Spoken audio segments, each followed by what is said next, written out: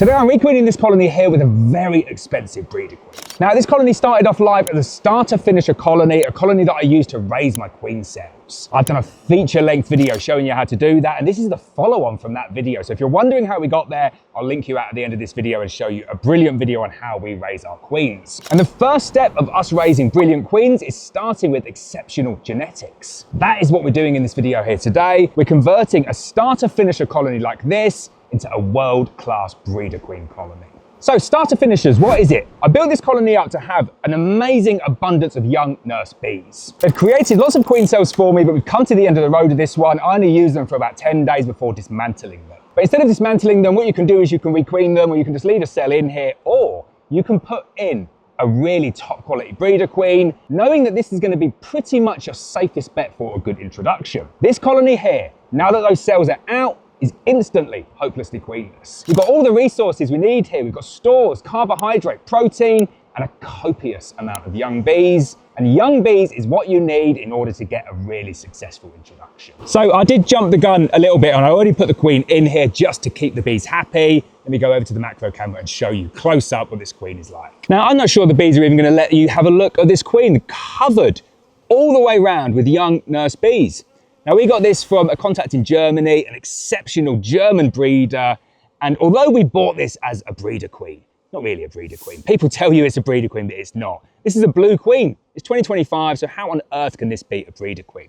But it's still an expensive queen nonetheless, and it has the potential to be a breeder. But we need to do some testing first. So we are in July in 2025, and I have this very expensive German artificially inseminated breeder queen. I'm gonna place it in here. We're gonna requeen this colony. We're gonna do all of this in this video, so don't go anywhere. We're gonna get it through the end of 2025. We're gonna build it up for winter. We'll give it its varroa treatments, feed it up, get it through to 2026. Then we're gonna graft from it. We're gonna take some daughters, we'll test those daughters, assess them. I'll show you what they're like. And then maybe in 2027, this here will be our breeder queen. So the queen's already been in there for 24 hours. I've come back 24 hours later, and I'm just gonna pop that tab off, and then I'm just gonna leave the bees to it. I'm not gonna go back in and check for another 7 days, but after 7 days, I'll come back and hopefully we'll see the queen out on the cells, and she'll be laying lots and lots of eggs. So my fondant tab is now removed, and I'm just gonna place that really gently down in between two brood frames. Close everything up nice and tight. You don't need to hang them, they do just stay put. So you can see pretty much away the attention that queen is getting. All of those nurse bees running over, fighting to tend to her,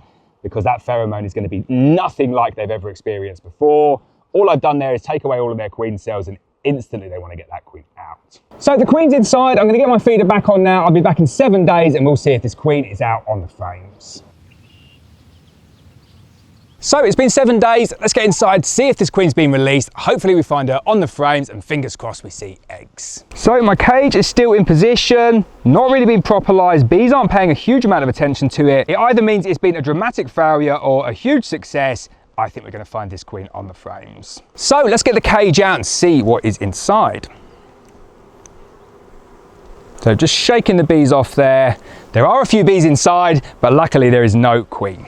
So there's my cage. You can see the bees have eaten all the way through. And then when I open it up, all we've got inside is a few bees. So the queen is either dead or she's happy in the hive. Hopefully it's the latter. So the queen has been released. She's going to be somewhere on these frames. There are so many nurse bees in here though. This literally is the perfect colony to set up an introduction like this. Let's get inside and see if we can find that queen.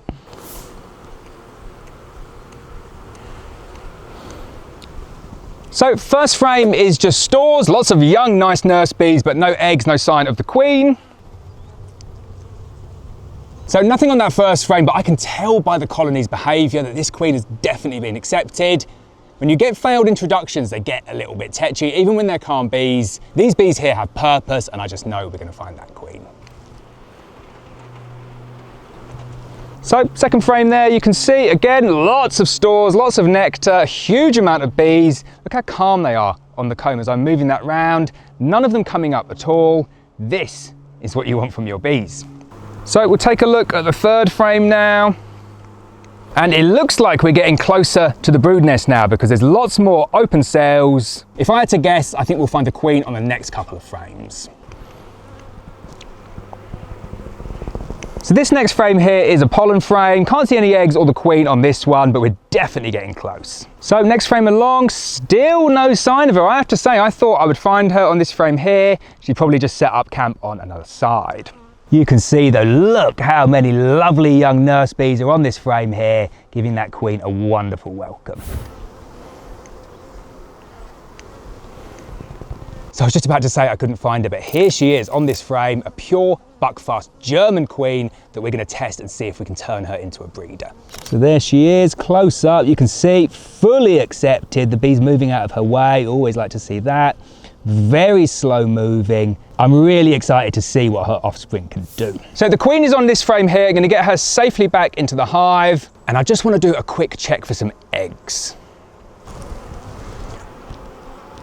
So I've done my check, I cannot see any eggs yet. Nothing to worry about if you're in this situation. It can take a few weeks for a caged queen to come back into lay. If you find yourself with that issue, do what I'm gonna do here. Add in some 1-to-1 sugar syrup, just a tiny bit, couple of litres, turbocharges the colony and it will get that queen laying. I'll give it another couple of weeks and we'll come back, check for eggs, check for brood and check all is okay. So I got my smoker lit. The queen last week had laid some eggs, but now it's time to go in and see what that brood pattern is looking like.